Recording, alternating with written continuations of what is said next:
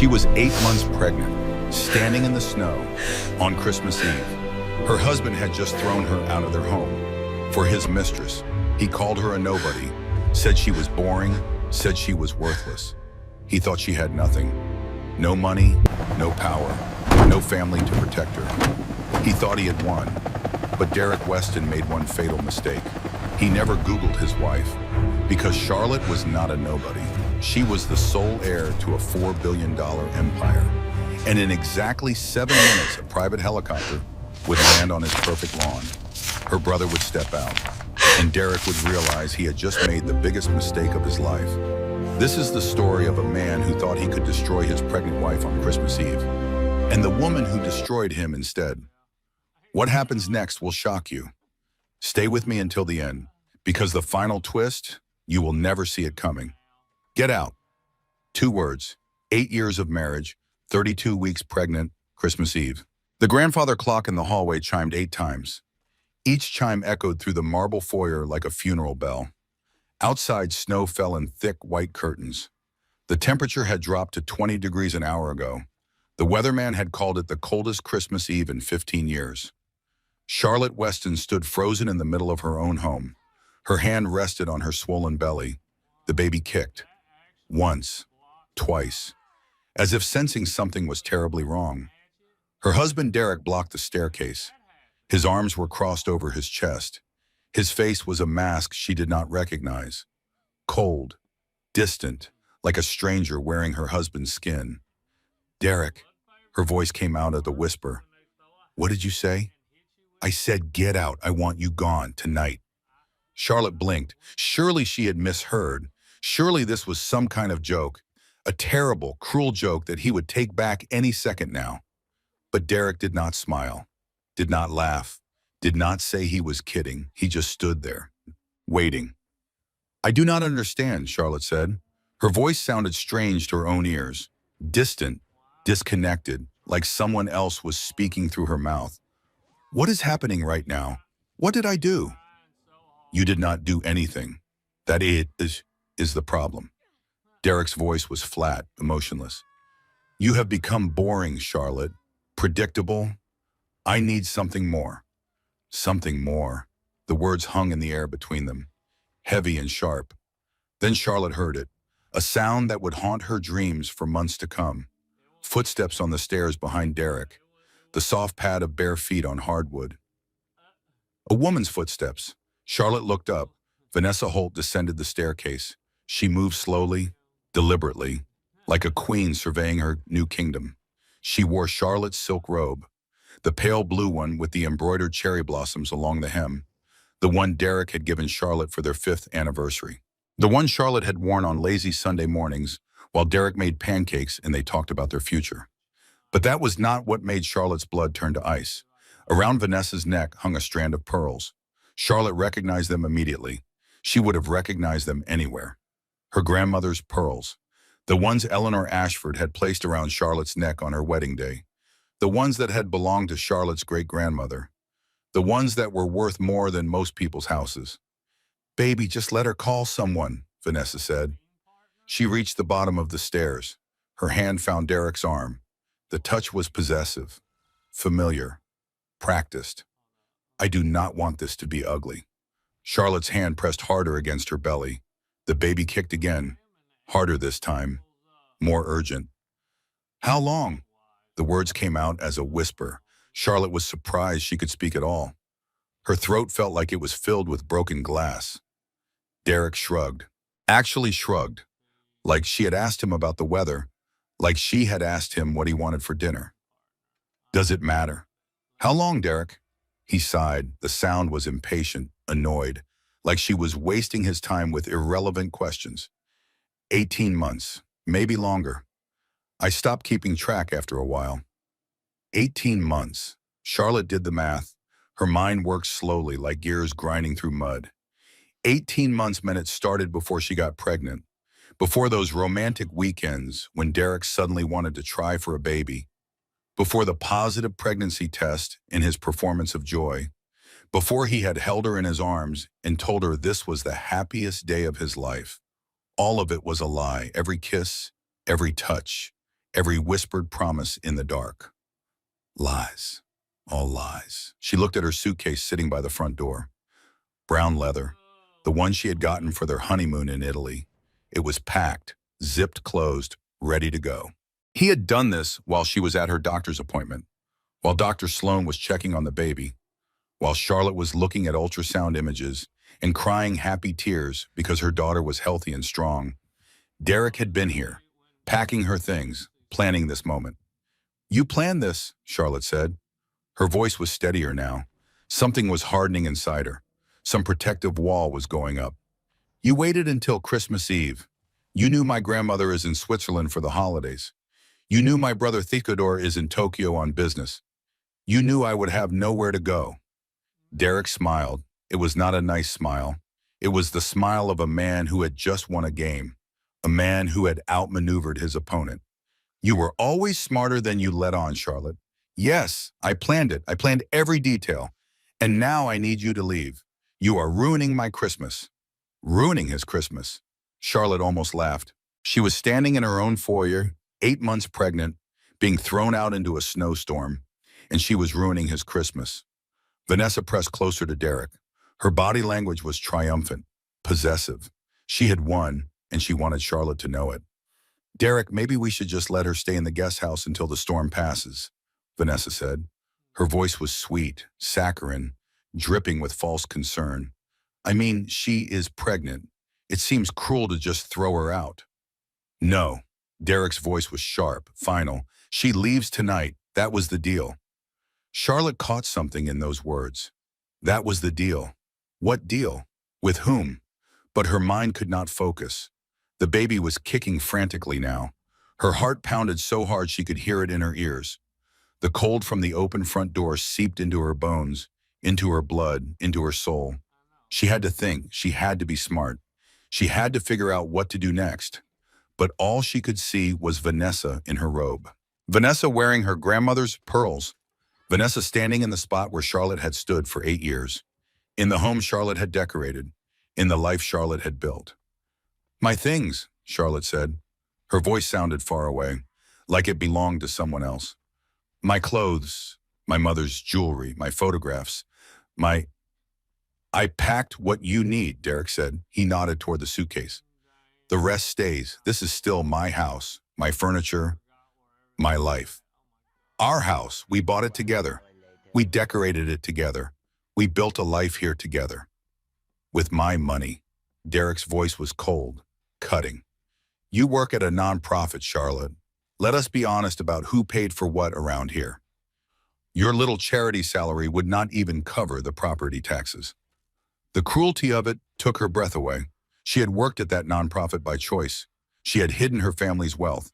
She had driven a Honda instead of a Mercedes. She had worn clothes from regular stores instead of designer boutiques, because she wanted Derek to love her for herself, not for her name, not for her money, not for the Ashford legacy that stretched back 5 generations.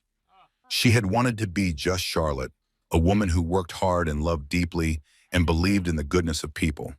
And now Derek was using that choice against her, weaponizing her humility, turning her sacrifice into evidence of her worthlessness. Charlotte pulled out her phone. Her hands shook so badly she almost dropped it. She scrolled through her contacts with numb fingers. Grandmother Eleanor, in Switzerland. 11 at night there, probably asleep. Brother Theodore, in Tokyo, already tomorrow morning there. In meetings all day. Best friend Maggie, working a double shift at the hospital, delivering other people's babies while Charlotte's world fell apart. She checked her messages. Nothing new. She refreshed the screen. Pulled down with her thumb. Watched the little spinning wheel. Still nothing. The screen stayed dark, empty, mocking her. She was completely alone. "Who would I call, Derek?" Her voice cracked on his name. "It is Christmas Eve. Everyone I love is thousands of miles away. My grandmother is across an ocean. My brother is on the other side of the world. My best friend is saving lives at the hospital." She looked at him. This man she had loved. This man she had married. This man whose child grew inside her, kicking and squirming, sensing its mother's distress. "You made sure of that, did you not? You made sure I had no one to turn to, no one to help me, no one to witness what you are doing right now. Derek glanced at his watch. Actual gold, Rolex, a gift from Charlotte last Christmas. She had saved for months to buy it for him, had thought it would make him happy. You have 5 minutes, he said. Pack whatever else you want from that suitcase. Then get out. If you are not gone by 8:15, I am calling the police to remove you from my property. Your property? My name is on the deed, Charlotte. You wanted everything in my name, remember? Said it was more romantic that way. Said you trusted me completely. She had said that, she remembered now. They had been sitting with the real estate lawyer 3 years ago, signing papers for this house. Derek had suggested putting everything in both their names. Charlotte had said no, had insisted his name alone was fine, because she trusted him, because she loved him, because she never imagined she would need legal protection from the man who held her heart. God, she had been stupid. Charlotte stared at Derek, really looked at him, tried to see past the handsome face and the charming smile to the creature underneath. She did not recognize him anymore. Maybe she never had. Maybe the man she fell in love with had never existed at all. She bent down slowly. Her pregnant belly made everything awkward. Picked up her suitcase. It was heavy. Too heavy for a woman 8 months pregnant with swollen ankles and an aching back. But she would not ask for help. Not from him. Never from him again. She straightened her spine, lifted her chin, met his eyes one last time. You will regret this, Derek. Her voice was steady now. The wall inside her had finished forming, hard and cold and protective. Not because of anything I will do, not because of revenge or retaliation, but because you have no idea who you just threw away. Derek laughed. The sound echoed through the marble foyer, bounced off the expensive walls and the custom chandelier and all the beautiful things Charlotte had chosen for this house. Right, the girl who worked at the nonprofit when I met her, the girl who drives a 10-year-old Honda, the girl whose grandmother lives in a modest cottage somewhere on the coast. He leaned close. His breath smelled like the whiskey he had been drinking. Expensive whiskey from the bottle Charlotte had bought for their anniversary. I know exactly who you are, Charlotte. You are nobody. You have always been nobody. And now you are going to disappear, just like you should have years ago. Charlotte said nothing. She picked up her suitcase. She walked to the open door. She stepped out into the snow. The cold hit her like a physical blow. The wind cut through her cashmere sweater like it was tissue paper. Snow immediately began soaking through her ballet flats. She did not look back. The door slammed behind her.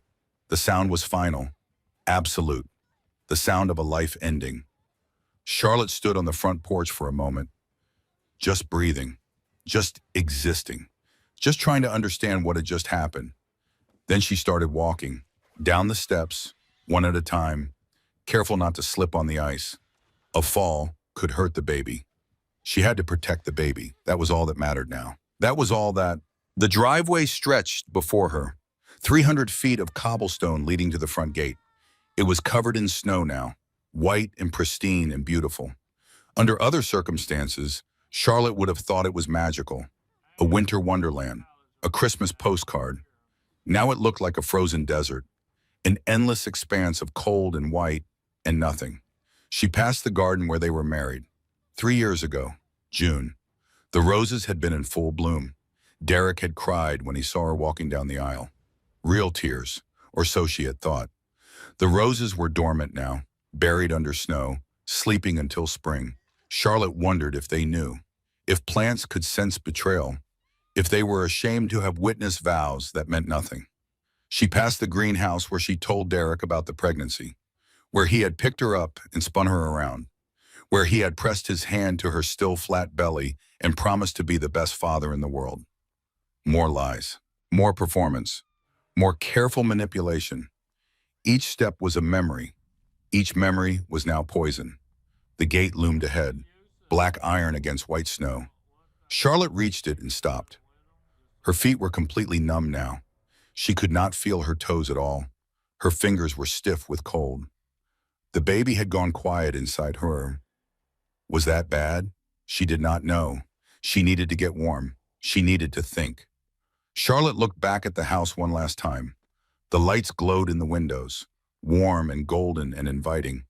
The Christmas tree was visible through the living room window, the one Charlotte had decorated 3 weeks ago, the one with the hand-blown ornaments she had collected from their travels. Paris, Rome, Barcelona, each one a memory. In the upstairs window, she saw movement. Derek's silhouette. Then another silhouette joined his. Vanessa. They were not even waiting until Charlotte was off the property. Something broke inside Charlotte then. Something she had been holding together with hope and denial, in sheer force of will for a very long time. It cracked, shattered, fell away, and in its place something new began to form. She did not know yet what it was, could not name it, could not understand it, but she knew it was important, knew it would save her. Charlotte turned away from the house, from the life she had built, from the man she had loved.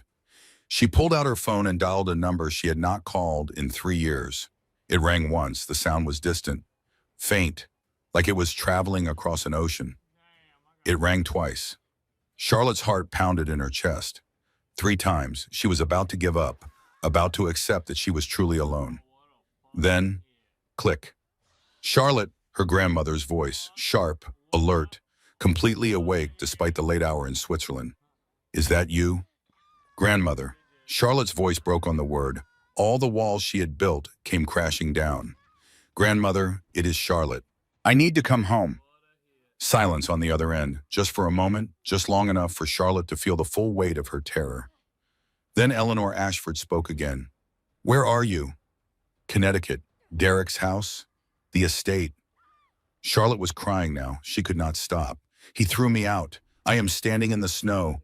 I am 8 months pregnant, and I have nowhere to go. I have no one. I have nothing. Stop! Eleanor's voice cut through Charlotte's panic like a blade, sharp and commanding and absolutely certain. Stop crying. Take a breath. Are you injured? Charlotte forced herself to breathe. In, out, in, out. No, I am not injured, but I am so cold. And the baby? Listen to me very carefully, Charlotte. Stay exactly where you are. Do not move. Do not speak to anyone. Do not go back inside that house no matter what happens. Help is coming. Grandmother, I do not understand. You are in Switzerland. How can you possibly, stay where you are? Do not move. Do not. 7 minutes. The call ended. Charlotte stared at her phone. The screen glowed in the darkness. Snowflakes landed on it and melted instantly. 7 minutes. What could possibly happen in 7 minutes? She pulled her suitcase closer, wrapped her arms around herself, tried to conserve whatever body heat she had left. The cold was unbearable now. It had seeped through her clothes, through her skin, into her bones. Her teeth chattered so hard she bit her tongue, tasted blood. She thought about her father, James Ashford, dead when she was 12 years old. A heart attack, sudden and cruel and completely unexpected. He had been the one who held her when she cried, the one who told her she could be anything she wanted, the one who promised to always protect her. What would he think of her now? Standing in the snow, pregnant, abandoned, discarded like garbage. He would be furious, not at her, at Derek, at the world that let this happen, at himself for not being there to prevent it. Charlotte closed her eyes. She could almost hear his voice, almost feel his arms around her. Hold on, sweetheart. Just hold on. Help is coming. 4 minutes passed, then 5.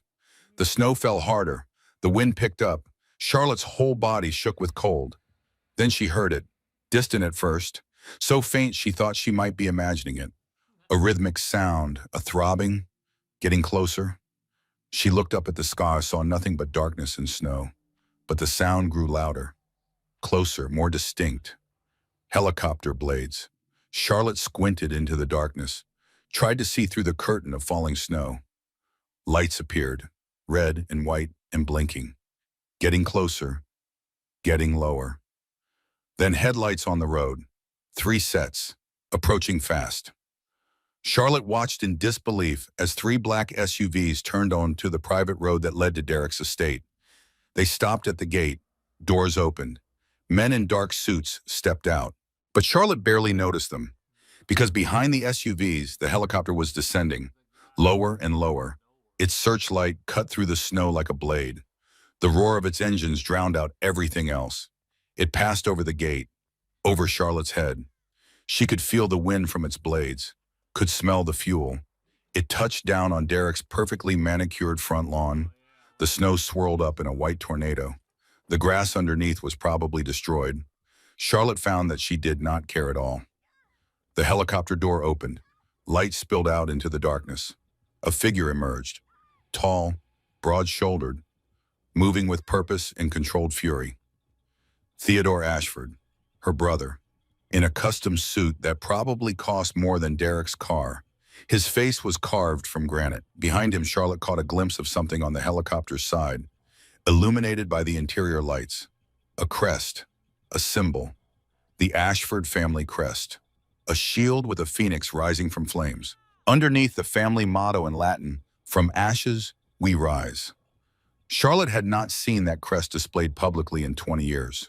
Not since her grandmother decided the family should maintain a lower profile. Not since they stopped appearing in society pages and started operating from the shadows. Theodore strode toward her. He stripped off his overcoat as he walked. By the time he reached her, he was wrapping it around her shoulders. Warmth. Finally warmth. Charlotte almost sobbed with relief. "Charlotte!" Theodore's voice was controlled, professional, but she could hear the fury simmering underneath, the rage he was barely containing. "Are you hurt? Is the baby? We are fine. We are both fine." She was crying again. When had she started? She could not remember. "Theodore, what are you doing here? You were supposed to be in Tokyo. You were supposed to be in meetings all day." "I was on my way home for Christmas. I was over Maine when grandmother called." He gripped her shoulders, looked into her eyes, searched for injuries, for damage, for anything wrong. "She tracked my flight, rerouted the helicopter. I was closer than anyone else." "Grandmother did this?" "Grandmother does everything." Theodore almost smiled, almost. "Now tell me what happened. Tell me everything." Before Charlotte could answer, a new voice cut through the noise of the helicopter. "What the hell is going on here?" Charlotte turned. Derek Weston was running across the lawn, still in his expensive sweater and tailored pants, still wearing the watch Charlotte had given him. Vanessa trailed behind him, now wrapped in a coat over Charlotte's robe. Derek stopped 10 feet from the helicopter. His face was white, not from cold, from shock, from the sudden realization that something had gone very, very wrong with his carefully laid plans. "Who are you?" he demanded. His voice cracked slightly. "What is this? That helicopter is on my property. I am calling the police. I am..." "Calling the police?" Theodore's voice was soft, dangerous. The voice of a man who destroyed empires for a living. "By all means, call them. I am sure they would be very interested in hearing how you threw your pregnant wife into a snowstorm on Christmas Eve." "That is, she was leaving voluntarily. She chose to leave. This is my house, and I have every right to..." "Your house?" Theodore stepped toward Derek, slowly, deliberately, like a predator approaching prey. "I do not think so." "That is my wife you are talking to." Derek tried to puff up, tried to assert dominance. It was almost pathetic. "I demand to know who you are and what you are doing on my property." Theodore smiled. It was not a friendly smile. It was the smile of a shark. "Your wife? She will not be your wife for much longer." He gestured toward Charlotte. "Allow me to introduce myself. I am Theodore Ashford, and this is my sister, Charlotte Elizabeth Ashford, whose great-grandmother built the building your pathetic little fund occupies, whose grandmother owns controlling interests in 4 companies you are currently begging to invest in your fund, whose family has been on the Fortune 500 list for longer than your family has been in this country." Derek's mouth opened, closed, opened again. No sound came out. "Ashford?" The word finally emerged as a whisper, choked and strangled. That is not possible. Charlotte works at a nonprofit. She drives a Honda. Her grandmother lives in a cottage. She told you her grandmother lives in a cottage?" Theodore's smile widened. "She does. The Ashford Cottage. Built in 1892, 12,000 square feet. 30 acres of oceanfront property. Staff of 23. Currently valued at approximately $47 million. He stepped even closer to Derek, close enough to touch. You really should have done your research, Derek. You really should have Googled your wife before you threw her into the snow. Derek's face went through a transformation. Shock to disbelief to calculation to something that looked almost like hope. Charlotte, his voice changed completely. Soft now, pleading, desperate. Charlotte, sweetheart, I do not know what came over me. It was a mistake. A terrible, terrible mistake. Please let us go inside and talk about this. I am sure we can work something out. Charlotte stared at him. This man who had thrown her out 10 minutes ago. This man who had called her boring. This man who had told her she was nobody. Now that he knew who she really was, suddenly he wanted to talk. Work something out. Her voice was ice. You threw me into a snowstorm on Christmas Eve, 8 months pregnant. You had your mistress waiting in my bedroom, wearing my grandmother's pearls, pearls that have been in my family for 4 generations. I can explain. No. The word was absolute, final. You cannot explain because there is no explanation. There is only who you are, and I finally see it. She turned and walked toward the helicopter. Theodore's coat was warm around her shoulders. The baby kicked. Strong and steady, a reminder that she was not alone, would never be alone again. Charlotte!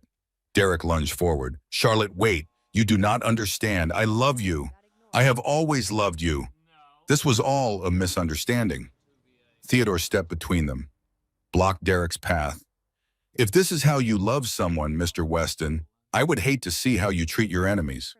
His voice was pleasant, almost conversational, but his eyes were anything but. Stay away from my sister. Stay away from her child. If you contact her, if you come near her, if you so much as think about her too loudly, you will discover exactly what the Ashford family does to people who hurt their own.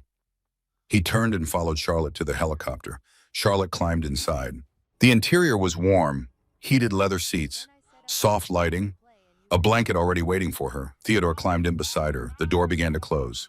Through the narrowing gap, Charlotte watched Derek Weston standing on his destroyed lawn. Vanessa was already pulling away from him, already distancing herself, already calculating her exit strategy. Derek's face was a mask of desperation, of fear, of dawning horror. You will be hearing from our attorneys, Theodore said. The door closed. The helicopter lifted off. Charlotte watched through the window as the estate grew smaller below. The house, the garden, the man who had tried to destroy her. They shrank and shrank until they were just specks of light in the darkness. Then they were gone. Charlotte put her hand on her belly. The baby kicked. It is okay, little one, she whispered. Mommy made a mistake, a terrible mistake. But we are going to fix it. I promise you. We are going to fix everything. Theodore handed her a cashmere blanket. His face was tight with controlled anger. Grandmother is furious, he said. With me? With herself. She never trusted him. She wanted to investigate before you got married, but you asked her not to. You said you wanted him to love you for yourself. I did say that. Charlotte wrapped the blanket around herself. I thought I was being romantic. Turns out I was just being naive. You were being hopeful. There is a difference.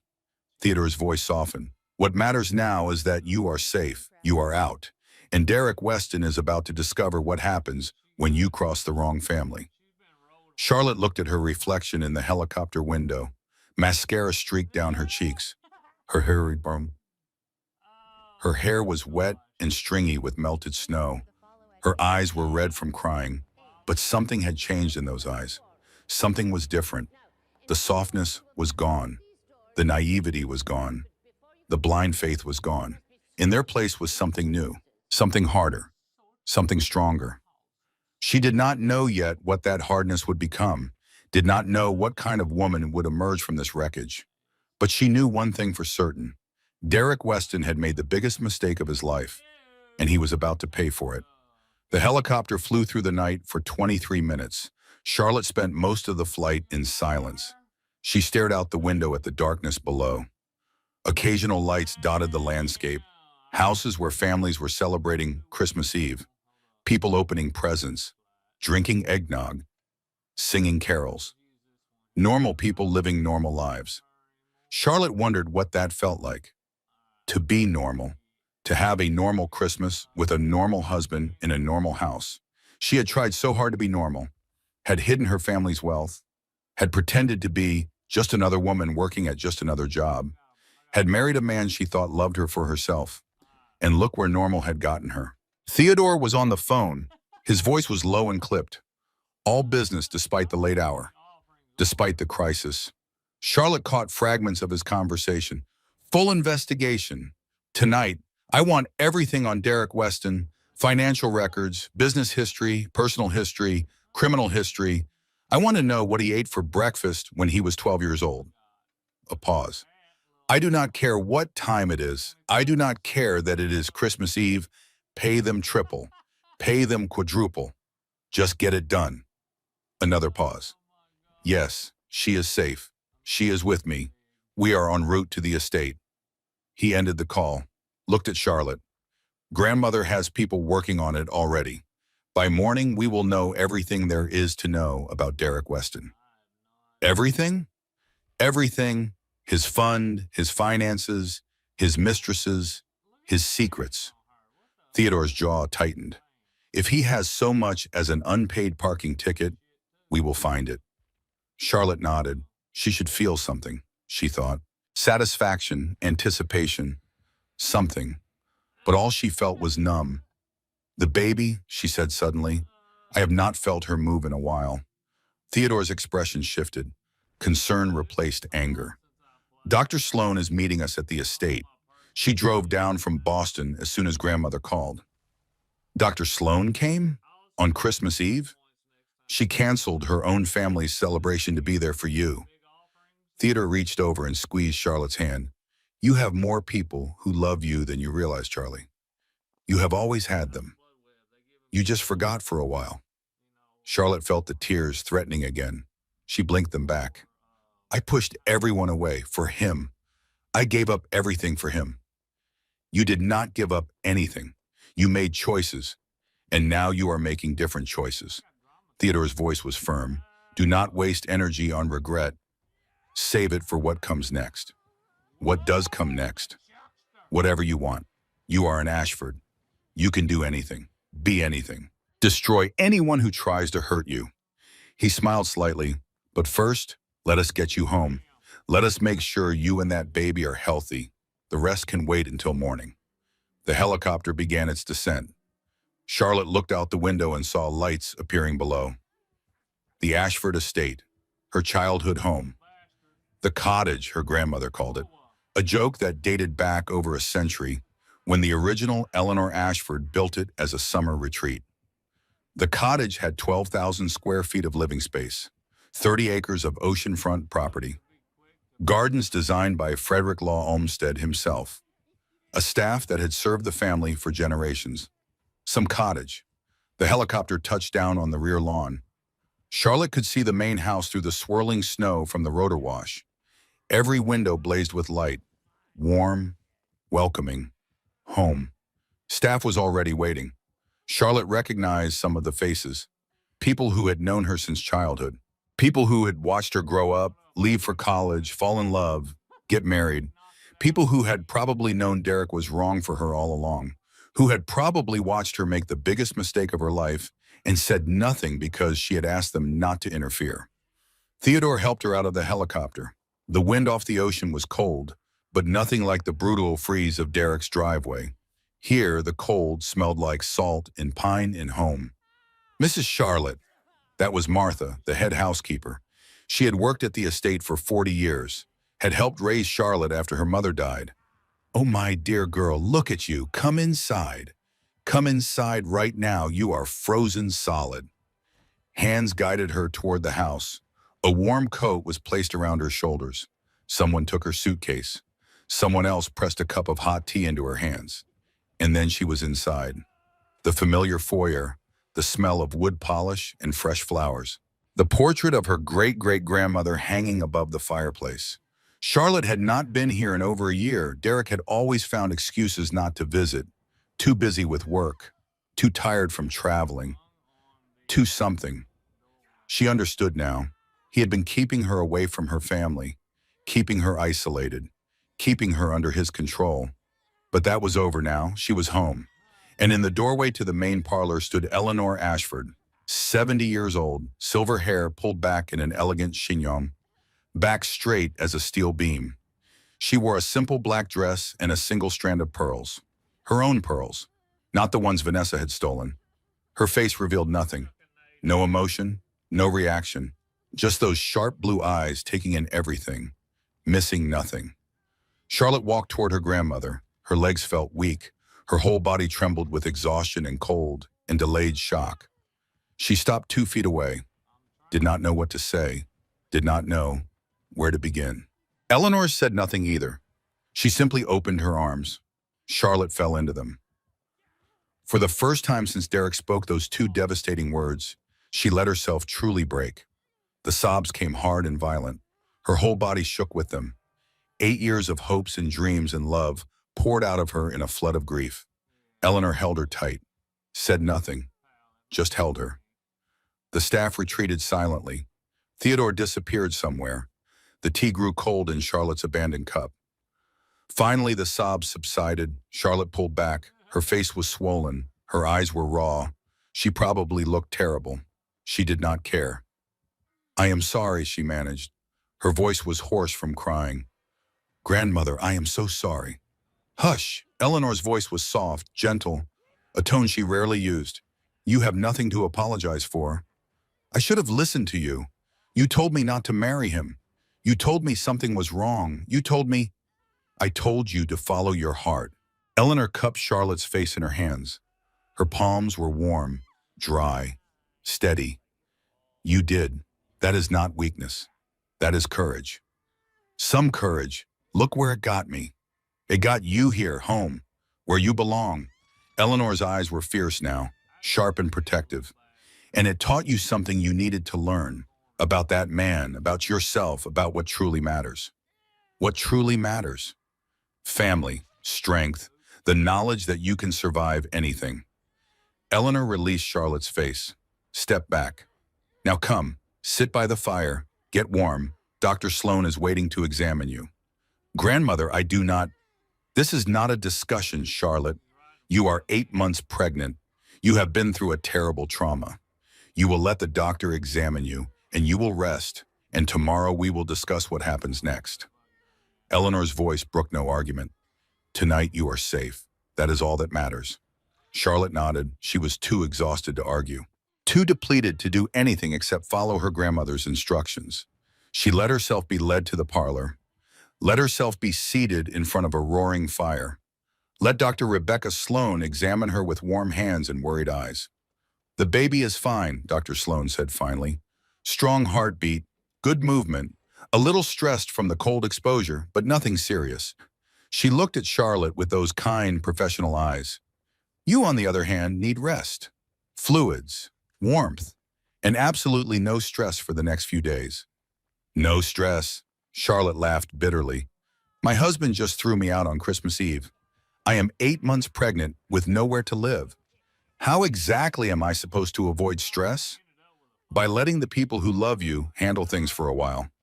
Dr. Sloan squeezed her hand. "You do not have to carry this alone, Charlotte. You never did."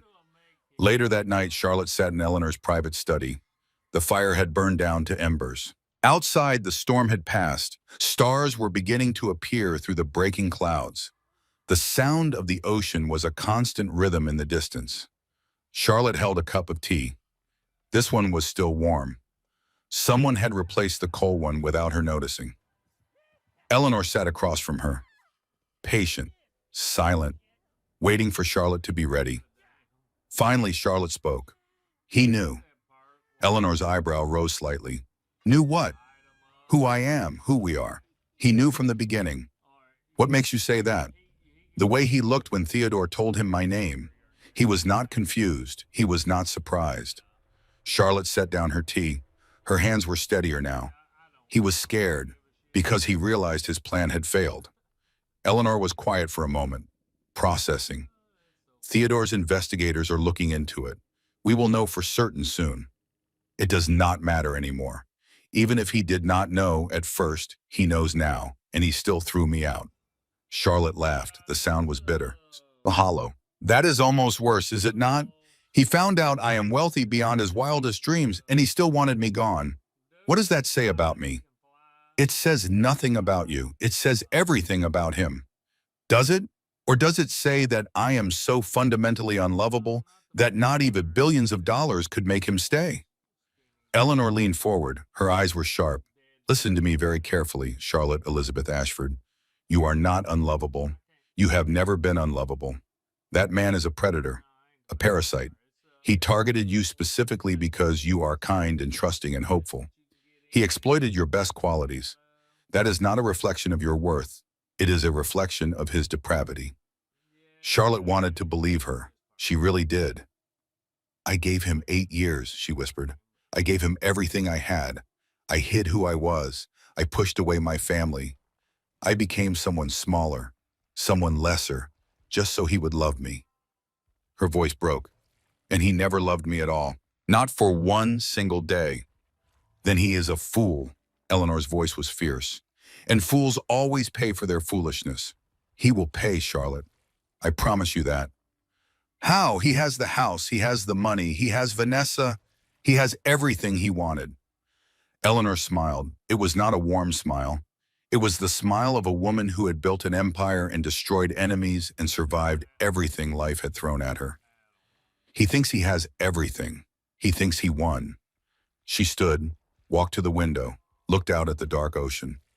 He has no idea what is coming. What is coming? The full weight of the Ashford family. Our lawyers, our investigators, our connections, our resources.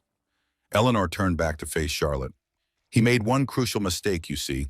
He assumed you were alone, vulnerable, powerless. He assumed that because you hid your wealth, you did not have any. I let him believe that. Yes, and now he will learn the truth. Eleanor returned to her seat. Henry Callahan is flying in tonight. He will be here by morning. He is the best family attorney in the country.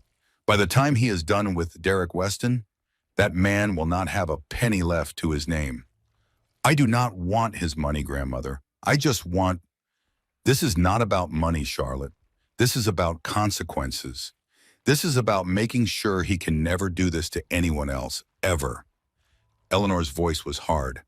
He threw you into the snow on Christmas Eve, 8 months pregnant. He tried to leave you with nothing. He tried to destroy you, but he did not. No, he did not, because you called me, because you asked for help, because despite everything he did to isolate you, you still had the strength to reach out. Eleanor took Charlotte's hands, and now we are going to show him exactly what happens when you declare war on the Ashford family. Charlotte looked at her grandmother, this woman who had raised her after her father died. This woman who had built a fortune from the ashes of her husband's death. This woman who had never let anything defeat her. I am tired, Charlotte admitted. I am so tired of fighting. Then rest tonight, rest tomorrow. Rest for as long as you need.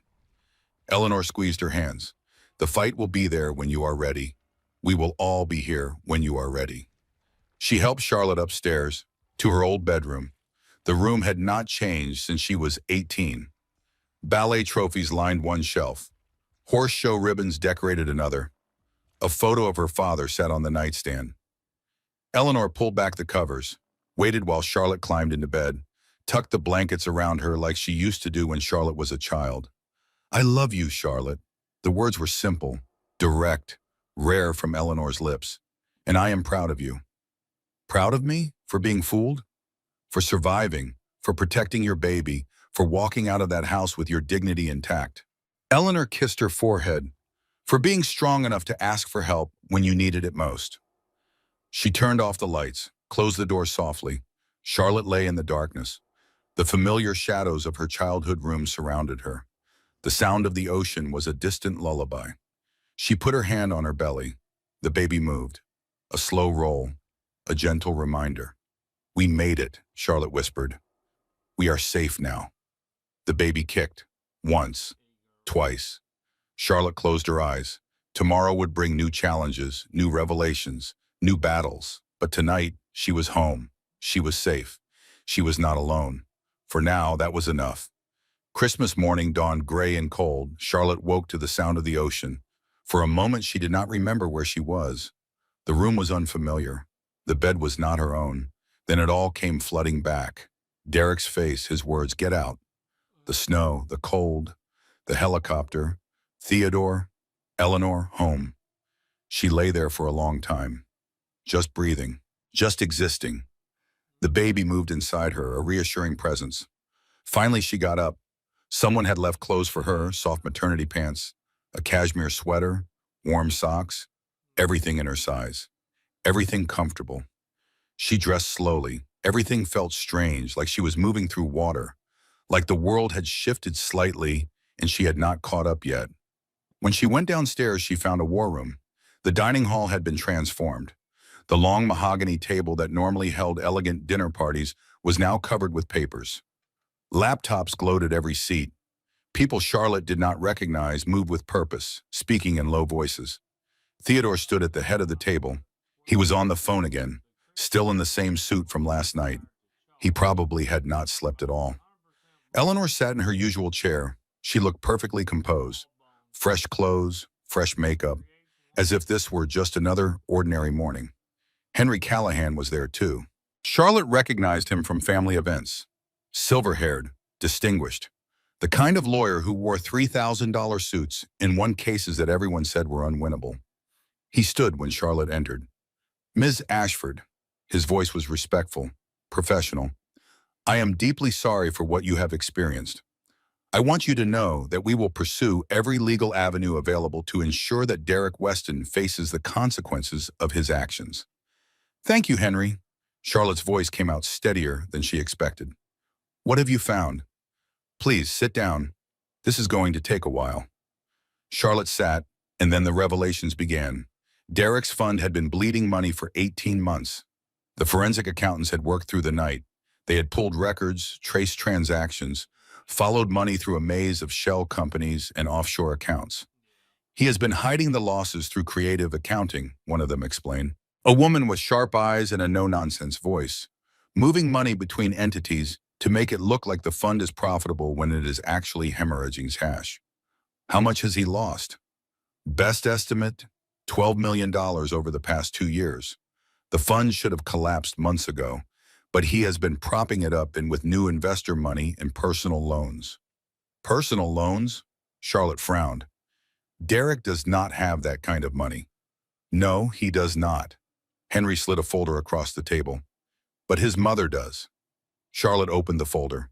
Bank statements, wire transfers, large sums moving from Patricia Weston's accounts to Derek's fund. $3 million over the past 5 years, Henry said, all disguised as legitimate investments, all used to cover his losses and maintain the illusion of success.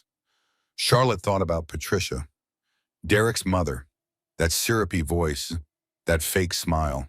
All those comments about how Charlotte should be grateful that Derek had chosen her. She knew, Charlotte said.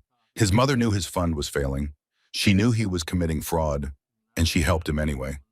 "It gets worse," Theodore said. He had ended his phone call and joined them at the table. "Much worse." He placed another folder in front of Charlotte. "We investigated Derek's history before the fund, before you met him. What we found," Theodore's jaw tightened. "What we found explains a lot." Charlotte opened the folder. Inside were newspaper clippings, legal documents, police reports. 10 years ago, Derek had worked at a hedge fund in Boston. The fund had collapsed spectacularly, wiping out 2 major investors and destroying the life savings of a dozen smaller ones. Derek had been at the center of it, not officially blamed, not criminally charged. But the pattern was there, the same creative accounting, the same shell companies, the same maze of financial tricks. "He did this before," Charlotte said. "He destroyed people before." "Yes, and the investor who lost the most? A man named Robert Chen. He filed a lawsuit claiming fraud. The case was going to trial." "What happened?" Theodore's expression was grim. "The case was settled out of court, confidentially. The payment came from an unknown source." "Patricia," Charlotte guessed. "We cannot prove it, but the timing matches." Charlotte looked at the file. Robert Chen's information, his business, his family. Where is he now? Maybe he would be willing to talk. The silence that followed told her everything. He died, Theodore said finally, 3 years after losing everything. The coroner ruled it suicide. Charlotte closed her eyes. A man was dead. Derek had destroyed him and walked away with the consequences. Had gone on to start a new fund. Had gone on to find a new victim. Had found her. There is more, Henry said. His voice was careful. We found evidence of other women. Charlotte opened her eyes. Other affairs? Not just affairs. We found a woman named Catherine Mills. She worked with Derek at the Boston Fund. 10 years ago, she filed harassment charges against him. Sexual harassment? Yes, she claimed he pressured her for months. That when she refused him, he retaliated, spread rumors, sabotaged her work, made her life unbearable. What happened to the charges? She withdrew them, suddenly, without explanation. Henry paused, and shortly after, a payment of $50,000 appeared in her bank account. Source unclear. Patricia again. We believe so. Charlotte stared at the documents spread across the table. The evidence of Derek's crimes, his patterns, his victims. She had not been his first target. She would not have been his last. There is one more thing, Theodore said. He looked like he did not want to say it. One more piece of evidence. He placed a document in front of her. Charlotte looked at it. An insurance policy. Her name was on it. $2 million.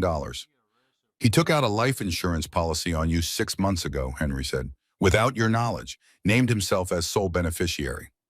The words did not make sense at first. Charlotte read them again, still did not understand. A life insurance policy? But I am healthy. You are 8 months pregnant, Eleanor said. Her voice was ice. With a complicated pregnancy, high risk because of your age and the stress you have been under. He was betting on something going wrong, Theodore said. Something going wrong during the birth. Something that would leave him a widower with $2 million and no witnesses. Charlotte's hand went to her belly. The baby kicked. He was hoping I would die, she whispered. The room was silent. We cannot prove intent, Henry said carefully. Taking out life insurance on a spouse is not illegal. But combined with everything else, the fraud, the harassment, the pattern of behavior, it paints a picture. What picture? A predator, Eleanor said. Her voice was hard. A man who targets vulnerable women, exploits them, and discards them when they are no longer useful. A man who will do anything to protect himself. A man who might even kill to get what he wants. Charlotte sat with that for a long moment. The man she had married, the man she had loved, the man whose child she carried. Had he ever intended to let her survive? The pregnancy, she said slowly.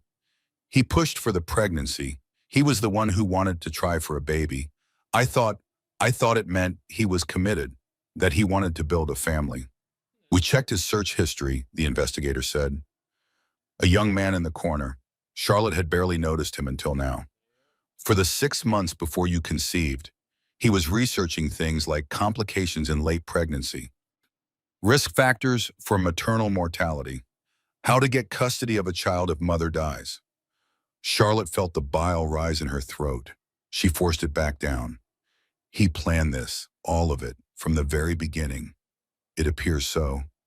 He got me pregnant on purpose, to trap me, to create dependency, and then, her voice broke, and then to have me die giving birth so he could take everything. We believe that was the plan, yes.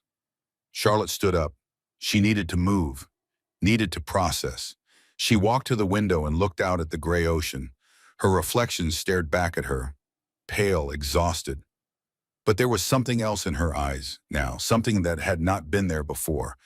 Anger, real burning anger. I want everything, she said. Her voice was different, harder, colder. I want his fund destroyed. I want his reputation ruined. I want every person who ever invested with him to know what kind of man he is. I want his mother exposed for enabling him. I want every woman he ever hurt to have the chance to tell her story. She turned to face the room. And I want him to know it was me. I want him to know that the woman he threw into the snow on Christmas Eve is the one who destroyed him. Eleanor smiled. It was not a warm smile. There is my girl.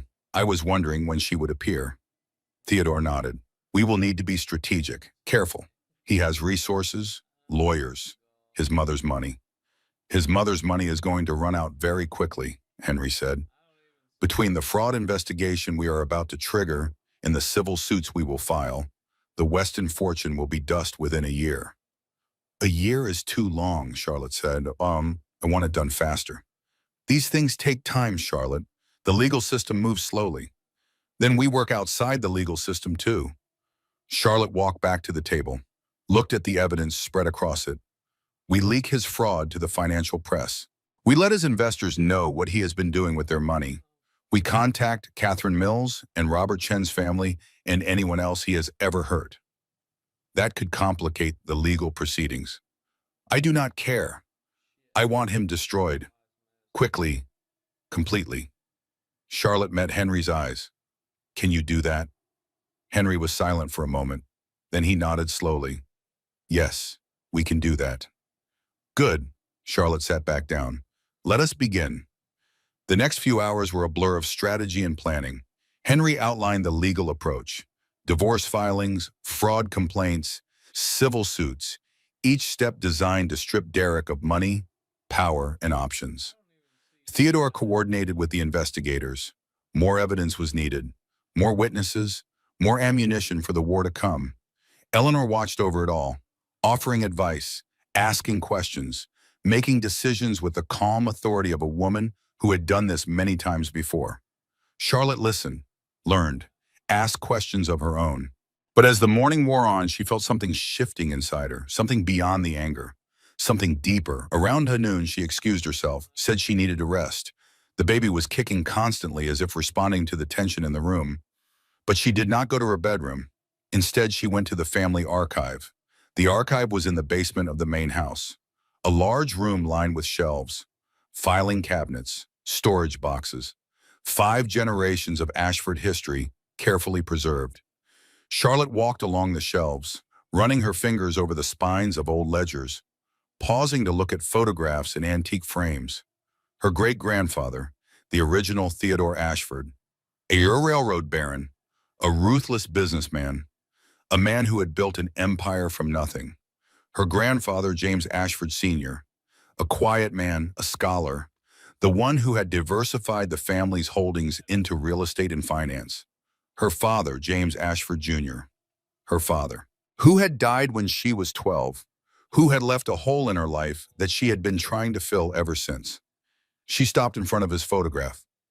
He was young in this picture, maybe 30, smiling, happy.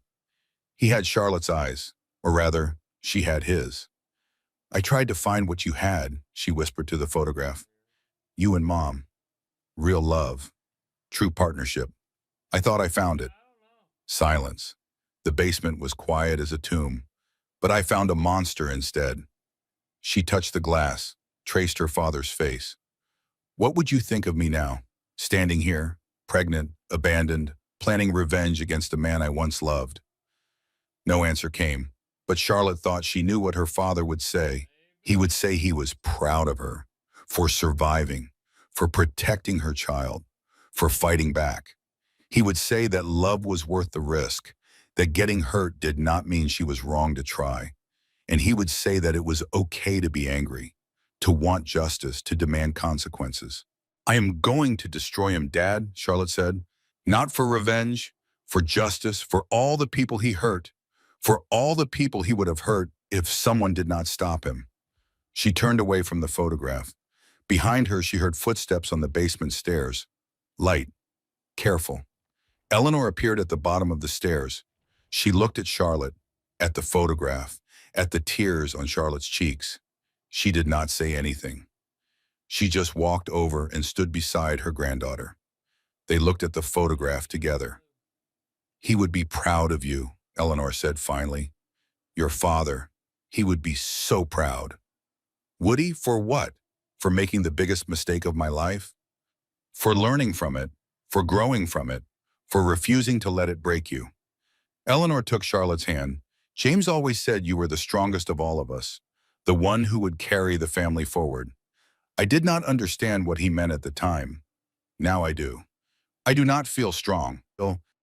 Strength is not about feeling powerful. It is about acting despite feeling powerless. Eleanor squeezed her hand. You walked out of that house last night with your head held high. That took more strength than you know. Charlotte wiped her eyes with her free hand. Grandmother, can I ask you something? Anything. After grandfather died, how did you keep going? How did you build everything when you must have been so devastated? Eleanor was quiet for a longer moment. I had a choice, she said finally. I could let grief destroy me, or I could let it transform me. I chose transformation. She looked at Charlotte. You have the same choice now. Derek tried to destroy you. He failed. The question is, what will you become in the aftermath? Charlotte thought about that, about the woman she had been before Derek. Bright, hopeful, trusting, naive. That woman was gone. She had died in the snow on Christmas Eve, but someone new was emerging from the ashes. Someone harder, wiser, stronger. Someone who would never let anyone hurt her again. I do not know who I am going to become, Charlotte said, but I know who I will not be. I will not be a victim. I will not be broken. I will not be small. Eleanor smiled, a real smile this time. That is all I needed to hear. 3 days after Christmas, Charlotte met Catherine Mills. The meeting took place at a quiet restaurant in the city, private booths, discreet service, the kind of place where powerful people discussed sensitive matters. Catherine was in her early 40s now, blonde hair streaked with gray.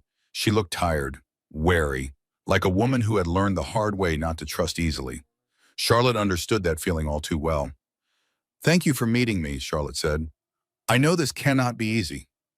Your grandmother is very persuasive. Catherine's smile was thin. And I saw the news about your situation. I figured you deserved to know what you married. I am starting to understand, but there are still gaps. I was hoping you could fill some of them. Catherine stirred her coffee, did not drink it. What do you want to know? Everything, whatever you are willing to tell me. Catherine was silent for a long moment. Her eyes were distant, lost in memories she had probably spent years trying to forget. I was 24 when I met Derek, she said finally, fresh out of business school, eager to prove myself. He was charming, attentive. He made me feel like I was the most important person in the room. That sounds familiar. It should. It is his pattern. He identifies vulnerable people, isolates them, makes them dependent on him. And then, Catherine's voice caught, and then he destroys them. What did he do to you? At first, just the charm offensive, compliments, attention. He made me feel special, made me feel like I was different from all the other women in the office. And then the pressure started. Dinner invitations that felt more like demands, late-night texts that crossed professional boundaries, comments about my appearance that were not quite appropriate, but not quite actionable. Charlotte thought about her own relationship with Derek, the way he had slowly increased his control, the way she had not noticed until it was too late. What happened when you said no? Catherine laughed bitterly. I was naive enough to think I could just reject him and move on. I said no to dinner. I said no to drinks. I said no to everything. And he did not take it well. That is an understatement. The retaliation was subtle at first, a bad performance review here, a missed promotion there. Then it escalated, rumors about my personal life, mistakes appearing in my work and I had not made, client relationships sabotaged. So you filed charges. I filed charges. I documented everything. I thought I had a solid case. Catherine's hands tightened around her coffee cup. I thought the truth would protect me. What happened? His mother happened. Patricia Weston showed up at my apartment one night. No warning. Just appeared at my door like something out of a nightmare. Charlotte thought about Patricia, that pleasant smile, that gentle voice, that steel underneath. What did she say? She said a lot of things, mostly threats dressed up as friendly advice. She told me that pursuing the case would destroy my career, that Derek had connections, that the truth did not matter as much as I thought it did. And you believed her?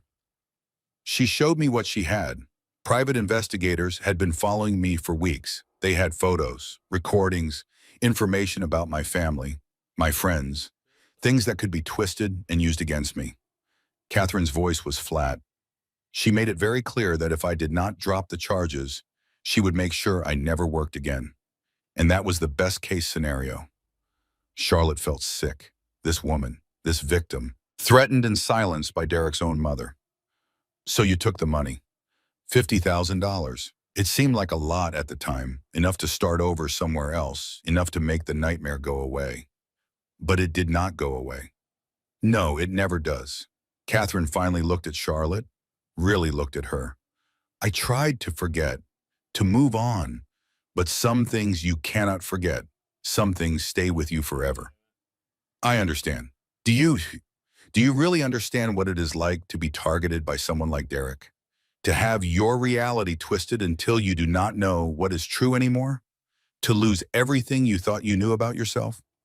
Charlotte thought about the past 8 years, the slow erosion of her identity, the way she had become smaller and smaller to make room for Derek's ego.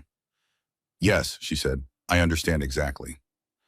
Catherine studied her for a long moment. Something shifted in her expression. The wariness faded slightly, replaced by something that looked almost like hope. You are different from me, from the others. What do you mean? You have resources, power, the Ashford name. Catherine leaned forward. You can actually hurt him and actually make him pay. That is the plan. Good. Catherine's voice was fierce now. Good.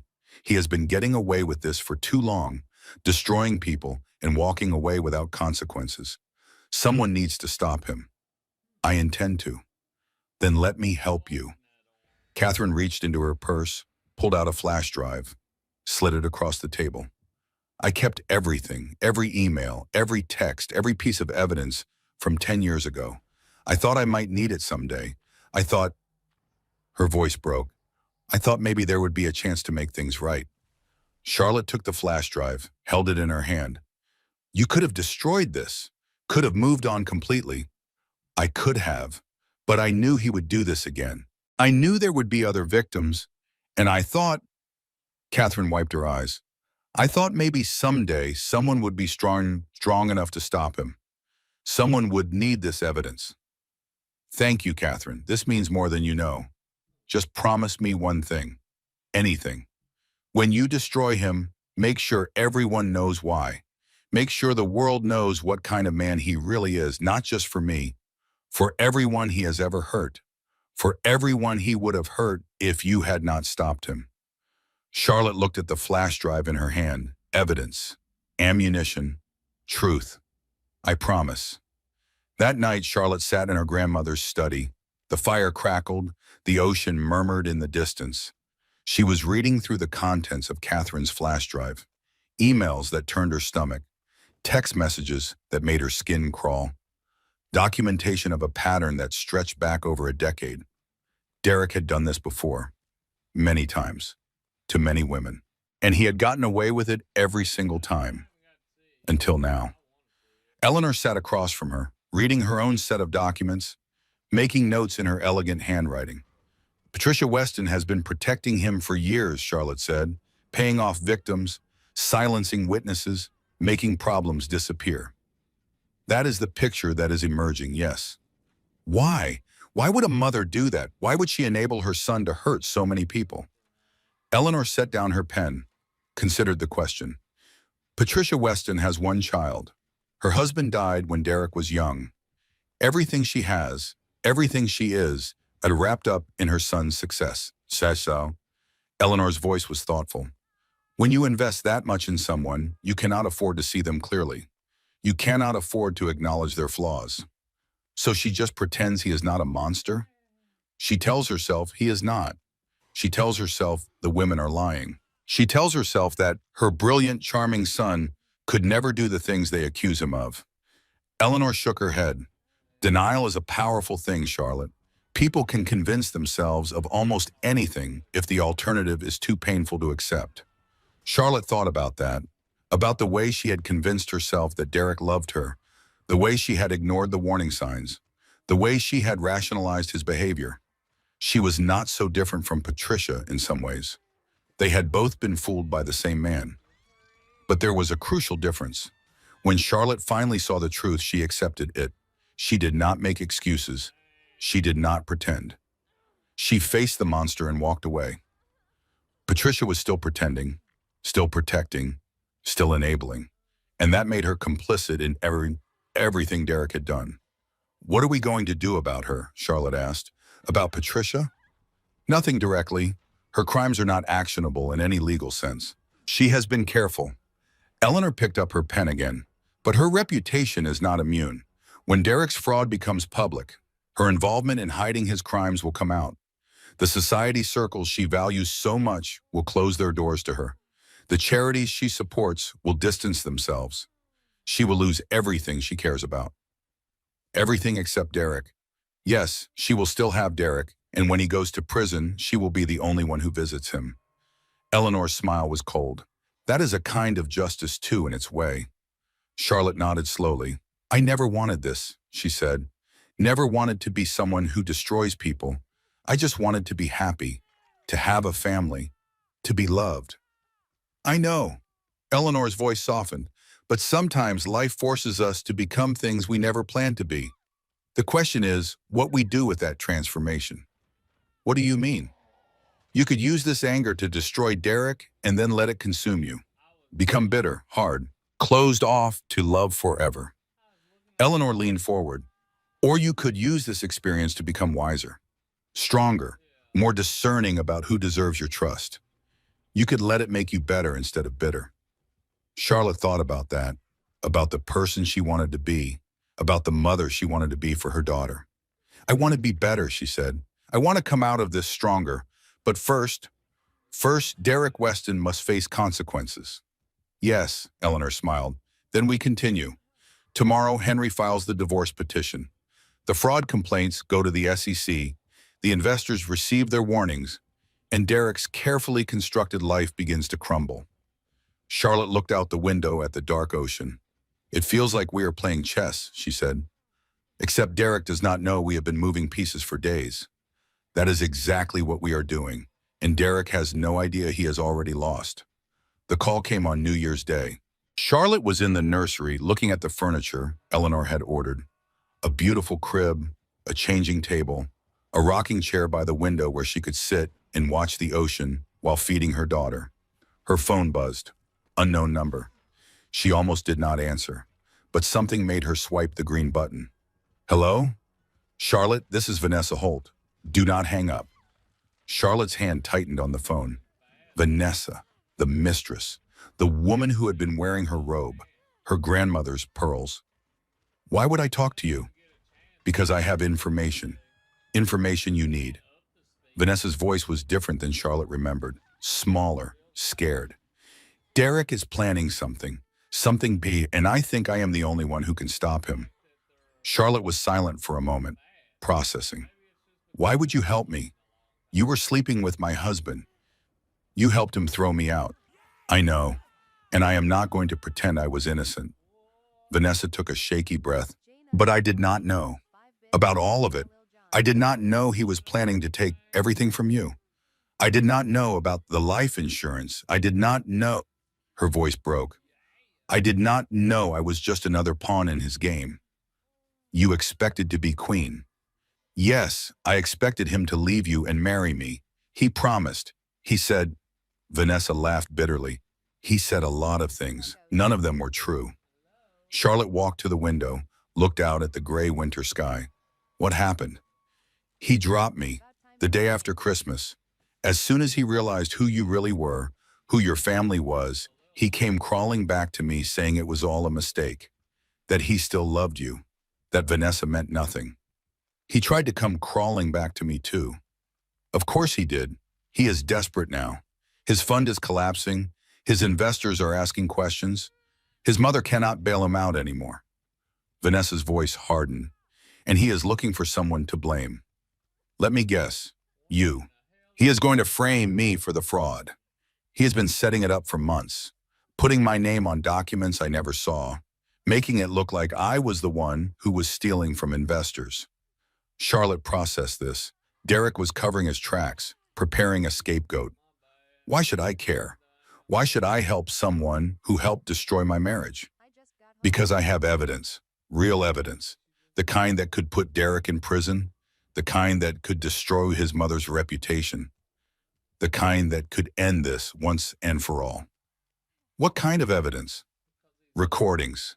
Derek likes to brag when he is drunk. He likes to feel powerful, and Vanessa paused. I knew from the beginning that something was not right. So I recorded him. Everything he said about his plans, his schemes, his victims. Charlotte's heart began to beat faster. You recorded him confessing to fraud? I recorded him confessing to everything. The fraud, the women he had hurt, the way he planned to destroy you. Vanessa's voice dropped. And the life insurance policy. He talked about that a lot, about how convenient it would be if something happened to you during childbirth, how he would be free and rich and able to start over. Charlotte felt cold. He actually said that? On a recording? He did, and I have it, and I will give it to you, all of it, in exchange for protection. Protection from what? From him, from whatever he is planning, from the frame-up he is building. Vanessa sounded desperate now. I do not have your resources, Charlotte. I do not have your family. If Derek destroys me, I will have nothing. Charlotte thought about it. The woman who had slept with her husband. The woman who had worn her grandmother's pearls. The woman who had stood in Charlotte's home like she belonged there. She should hate Vanessa, should want to see her destroyed along with Derek. But hatred was a luxury Charlotte could not afford, not when the stakes were this high. Meet me tomorrow, Charlotte said, at my grandmother's estate. We will discuss terms. Thank you. Thank you so much. I will not let you down. Vanessa, Charlotte's voice was cold. If this is a trap, if you are playing some game for Derek, I will destroy you so completely that your own mother will not remember your name. Do you understand? Silence on the other end. I understand, Vanessa said finally. I will see you tomorrow. The call ended. Charlotte stood at the window for a long time, thinking about enemies, about alliances, about the strange twist that life could take. Then she went to find her grandmother. Vanessa arrived the next afternoon. She looked different from Christmas Eve. Smaller, older. The confidence was gone, replaced by something that looked almost like fear. Good. She should be afraid. Charlotte met her in the garden, the same garden where she had confronted Catherine Mill's truth. The same ocean roared in the distance. You said you have recordings. I do. Vanessa held out a flash drive. Everything is on here. Months of conversations. His plans, his schemes, his boasts about the people he destroyed. Charlotte did not take it. Not yet. Why did you record him? If you thought you were going to marry him, why keep evidence of his crimes? Vanessa was quiet for a moment. I am not stupid, she said finally. I know what kind of man Derek is. I knew it almost from the beginning. But I thought, she laughed bitterly, I thought I was different. I thought I was the one woman who could tame him, the one he would never hurt.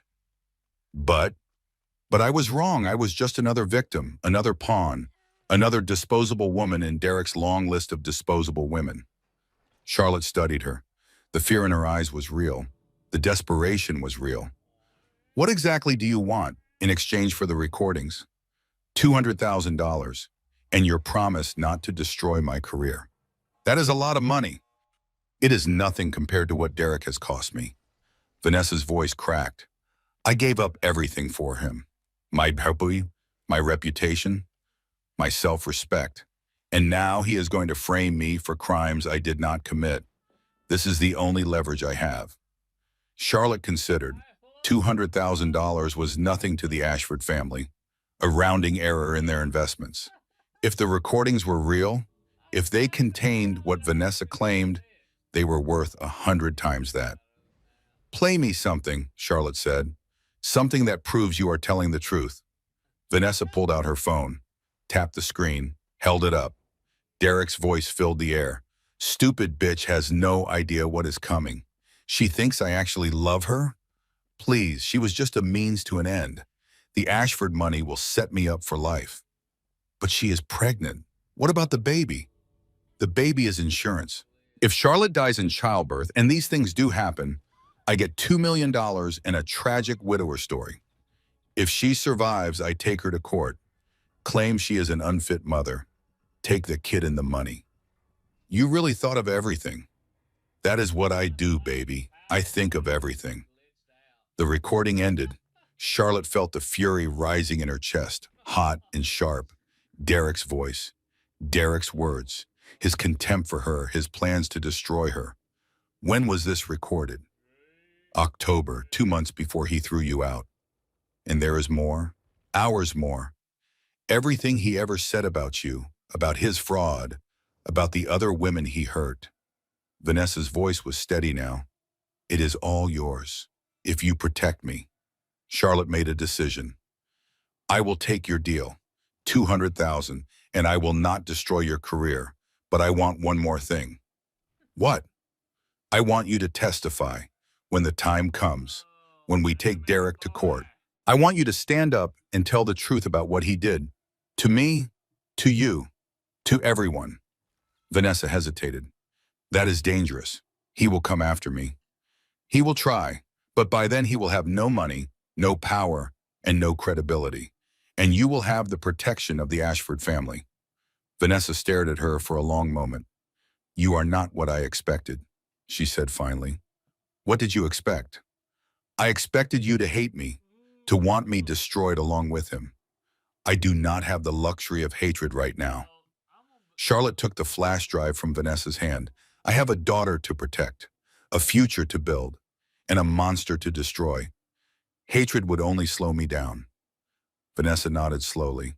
Okay, I will testify when the time comes.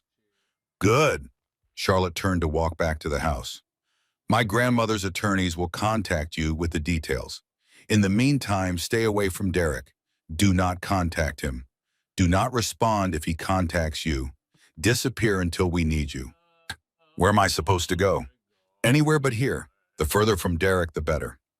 Vanessa looked at the flash drive in Charlotte's hand, at the evidence that would destroy the man they had both loved. For what it is worth, she said quietly, I am sorry about everything. Charlotte paused, looked back at the younger woman. I know, but sorry does not change what happened. Only actions change things. And right now, the only action that matters is bringing Derek Weston to justice. She walked back to the house without looking back. That night, Charlotte sat with Theodore and listened to the recordings. Hour after hour of Derek's voice, boasting, scheming, confessing. By the time they were done, Charlotte felt sick, hollow, empty, but she also felt something else. Victory. This is everything we need, Theodore said. He confesses to fraud, to planning to steal from you, to hoping you would die in childbirth. Will it hold up in court? With the financial evidence we already have, absolutely. He is done, Charlotte. Finished. Charlotte looked at the frozen image on the screen. Derek's face, that charming smile, those empty eyes. Good, she said. Now let us end him. 1 week into January, the legal machinery was in motion. Divorce filings, fraud complaints, civil suits, each piece clicking into place like a well-designed trap. But Charlotte felt restless. There was still something missing. Some piece of the puzzle she could not quite grasp. I need to go back to the house, she told Theodore. The Connecticut house. There might be more evidence there. Theodore frowned. Too dangerous. What if Derek is there? He will not be. His lawyers have him staying at a hotel during the investigation. Still, let me send someone else. No, Charlotte's voice was firm. This is something I need to do myself. I need to face that house, that life, those memories. I need to close this chapter completely. Theodore studied her for a long moment. You are different, he said finally, than before. Different how? Stronger, more certain. He almost smiled. You remind me of grandmother. Is that a compliment? The highest one I can give. Eleanor approved the trip. Charlotte drove herself, the winding roads, the bare winter trees, the familiar landmarks. She reached the house as the sun was setting. It looked different in the fading light, smaller somehow, less imposing, just a house, just walls and windows and memories. The gate code still worked. Derek's arrogance again. He probably assumed she would never come back. Charlotte parked in the driveway, sat in the car for a moment, just looking at the house where she had spent 3 years of her life. The house where she had dreamed about the future, the house where everything had fallen apart. Then she got out and walked to the front door. The house was quiet, empty. Charlotte walked through the room slowly. The living room where they had hosted parties, the kitchen where she had cooked dinner every night, waiting for Derek to come home, the bedroom where they had conceived their daughter. Everything looked the same. Everything felt different. She was not the woman who had lived here. That woman was gone, had died in the snow on Christmas Eve. Charlotte climbed the stairs to the second floor, checked the offices, the guest rooms. Nothing useful. Derek had been thorough, had cleaned out anything incriminating, except Charlotte remembered something, a conversation from years ago. "What is in the attic?" she had asked Derek one lazy Sunday afternoon. "Nothing important, junk from the previous owners. I will clean it out someday." But he never had. The attic door had stayed locked. Derek had said he lost the key. Charlotte stood in the upstairs hallway, looking at that door. What had he been hiding up there? She found tools in the garage, a screwdriver, a hammer. 5 minutes later, the lock was broken. The stairs were narrow and dusty. Charlotte climbed them carefully, one hand on her belly. The attic was dark. She found a light switch. A single bulb flickered on. And Charlotte saw it, a metal box, hidden behind a loose wall panel, like something out of a movie. Her hands shook as she pulled it out. And as she broke the lock, as she opened the lid, inside were documents, photographs, a burner phone, and a folder with her name on it. Charlotte pulled out the folder, opened it. Her breath stopped. It was a timeline, handwritten in Derek's careful script, a detailed plan spanning years. Month 1, target identified. Charlotte Ashford, hiding her wealth, working at nonprofit, perfect victim. Month 2, established contact, charity gala, make her feel special. Month 3, build trust, romance, isolation from family. Month 6, propose, quick wedding, small ceremony, keep Ashfords at distance. Year 1, financial control, put everything in my name. She trusts completely. Year 2, pregnancy, creates dependency, limits options. Year 3, exit strategy, time with market downturn, blame her, take child if possible. Alternative, if she discovers truth, use life insurance, complications in childbirth, tragic accident. Charlotte read the words again, and again, and again. Every moment of their relationship, every sweet word, every loving gesture, every promise, all of it planned, all of it calculated, all of it fake from the very first day. Derek had known who she was from the beginning, had targeted her specifically, had planned every step of their relationship like a military campaign. She had never been his wife. She had been his mark, his victim, his prey. The folder contained more. Research on the Ashford family, financial estimates, maps of their holdings. He had been planning to take everything, not just from Charlotte, from her entire family. And at the bottom of the folder, one more document, a list of names, women's names, 7 of them, with dates next to each one. Charlotte recognized one name, Catherine Mills. The others were strangers, other victims, other targets. 7 women before Charlotte, 7 women Derek had used and discarded. She photographed everything, every document, every note, every damning piece of evidence. Then she sat down on the dusty attic floor and cried. She cried for a long time, for the woman she had been, for the future she had imagined, for the years she had wasted on a man who had never loved her. She cried for Catherine Mills, for the other women on Derek's list, for everyone who had been hurt by this predator. She cried for her daughter, who would grow up without a father, who would someday learn the truth about the man who had helped create her.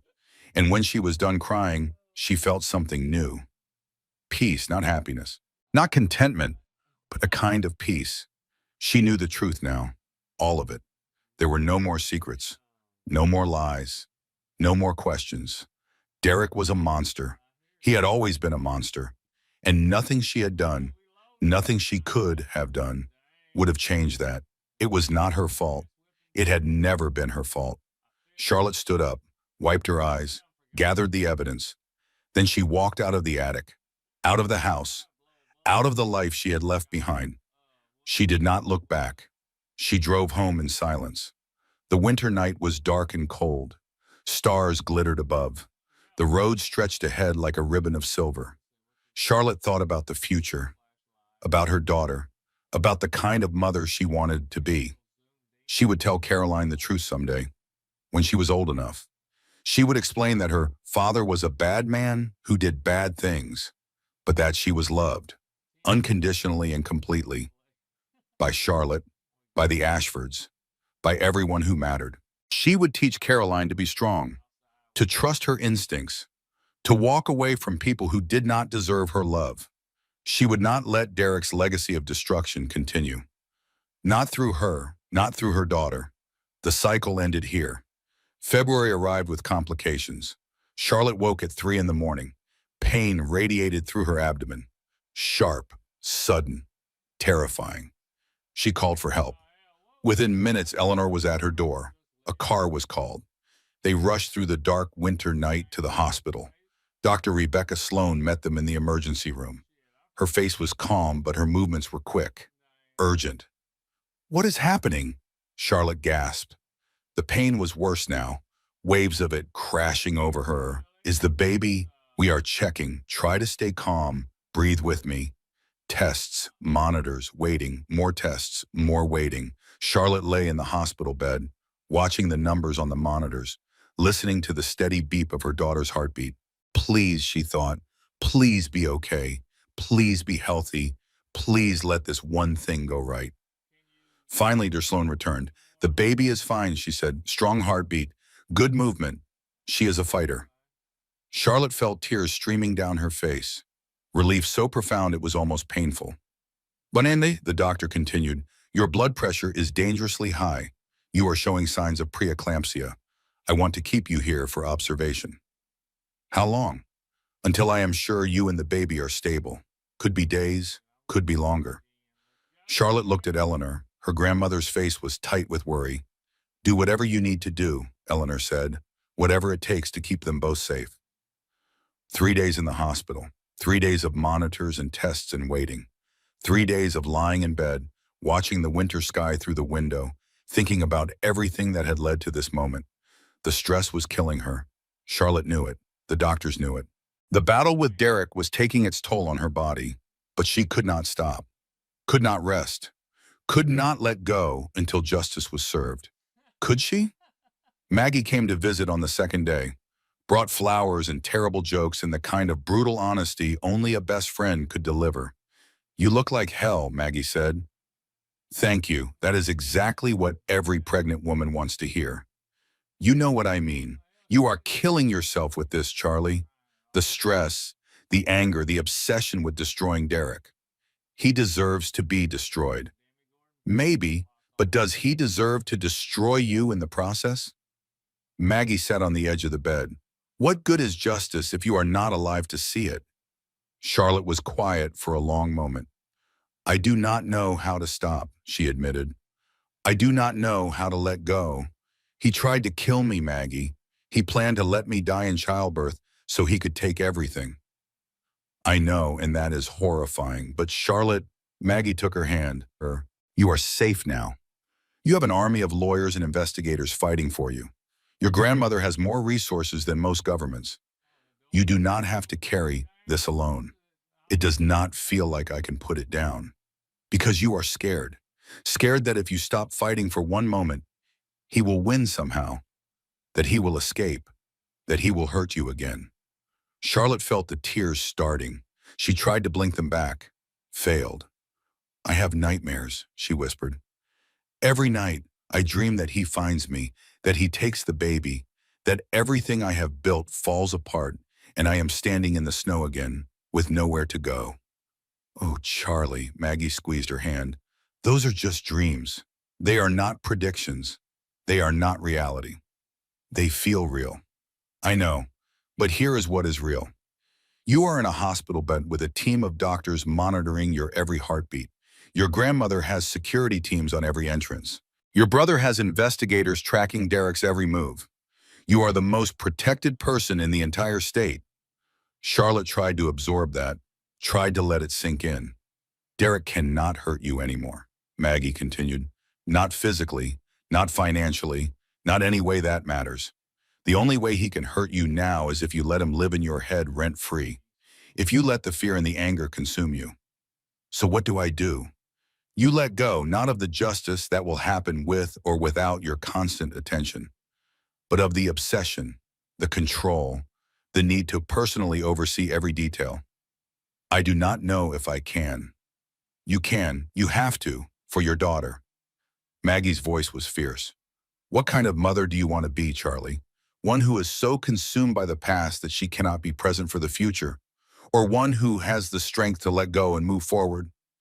Charlotte thought about that, about the mother she wanted to be, about the example she wanted to set. I want to be strong, she said, for Caroline. Then be strong enough to rest, to heal, to trust other people to handle things for a while. Maggie smiled. That is the hardest kind of strength there is. That night, Charlotte made a decision. She called Henry Callahan, told him to take over, completely. The divorce, the fraud complaints, the civil suits, all of it. But are you sure? Henry asked. I am sure. I need to focus on my health, on the baby. I trust you and my family to handle the rest. We will not let you down, Charlotte. Derek Weston will face justice. I promise you that. She hung up, lay back on the pillows. It felt strange. Letting go. She had been holding on so tightly for so long. But Maggie was right. The war would continue without her constant supervision. Henry and Theodore and Eleanor would fight while Charlotte rested, healed, prepared to meet her daughter. She put her hand on her belly. The baby kicked. A gentle reminder. I am going to be okay, Charlotte whispered. We are both going to be okay. For the first time in months, she believed it. A week later, Charlotte was discharged. Her blood pressure was stable. The baby was healthy. Dr. Sloan gave her strict instructions: rest, relaxation, no stress. Charlotte returned to the Ashford estate, to her childhood bedroom, to the view of the ocean. But she was different now. The obsession had faded. The anger had cooled to something more manageable. She still wanted justice, still wanted Derek to pay, but it no longer consumed her every waking moment. She had other things to think about now. A nursery to prepare, a name to choose, a future to imagine. Eleanor noticed the change. You seem calmer, she said one evening. They were sitting in the parlor, watching the sunset over the ocean.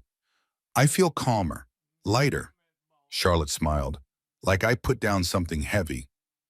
The anger, the need to control everything, the belief that I had to personally oversee Derek's destruction. Charlotte shrugged. I realized I was hurting myself more than I was hurting him. That is a wise realization. It took almost dying to get there, but I got there. Eleanor was quiet for a moment, then, your father went through something similar. After his first business failure, he was obsessed with proving himself, worked 18-hour days, drove himself to exhaustion. What happened?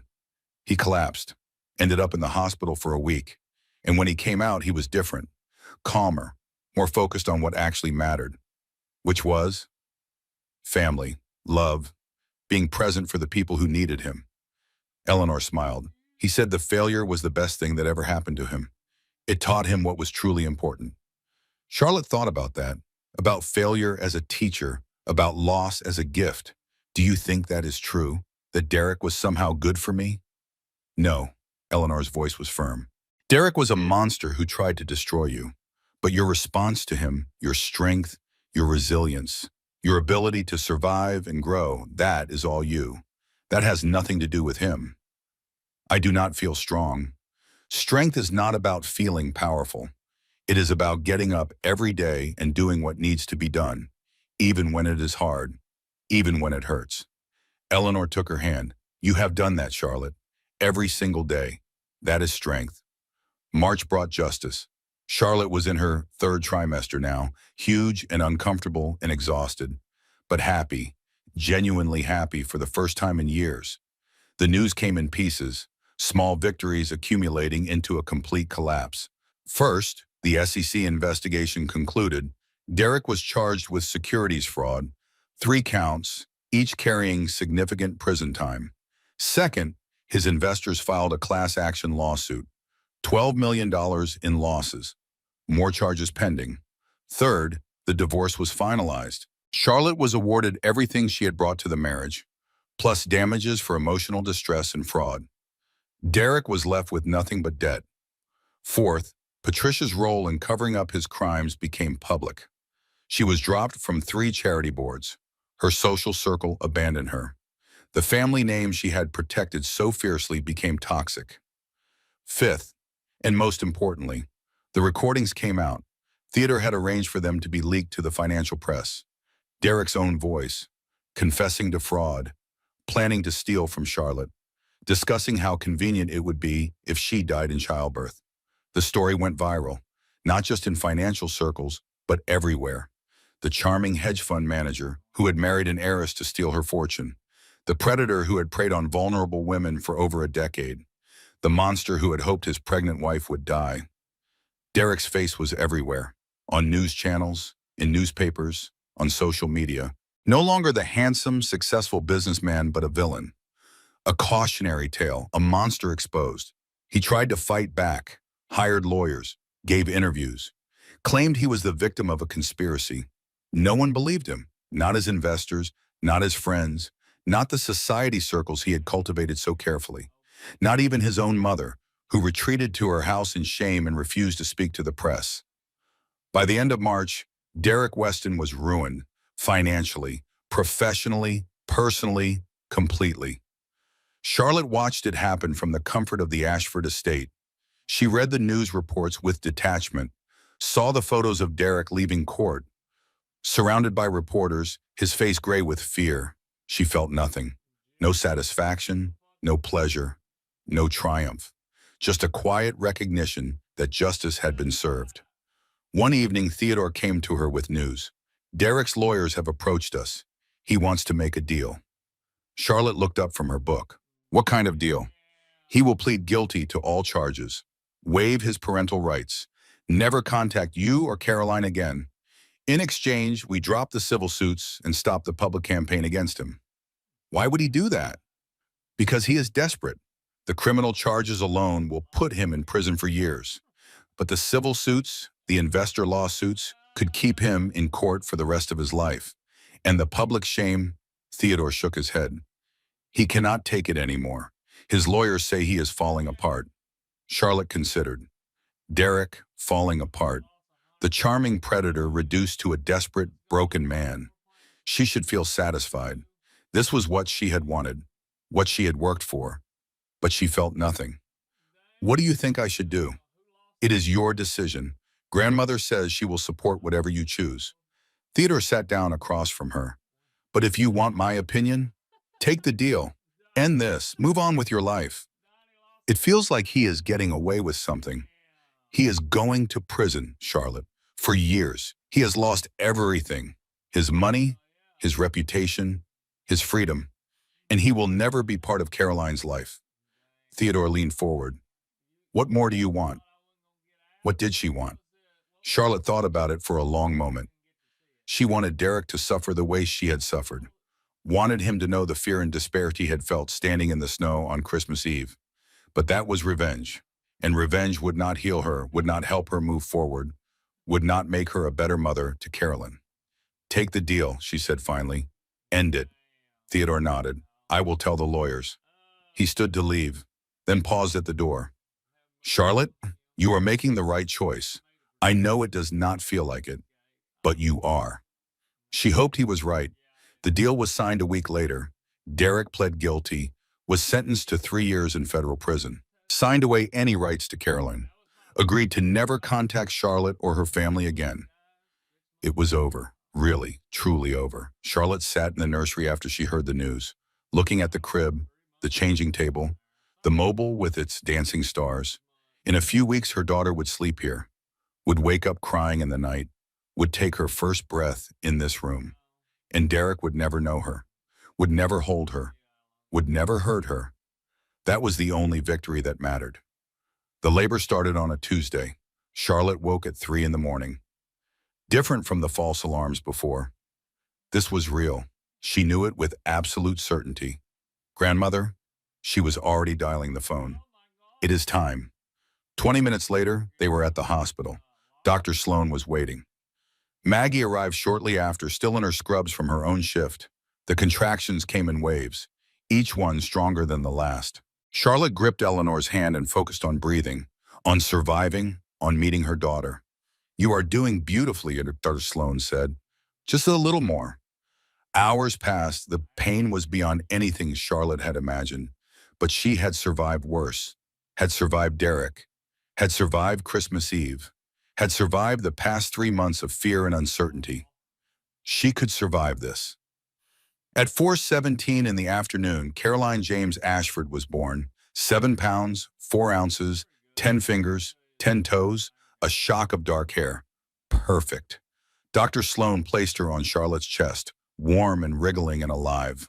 Charlotte looked at her daughter, this tiny person she had carried for 9 months, this miracle she had protected through everything.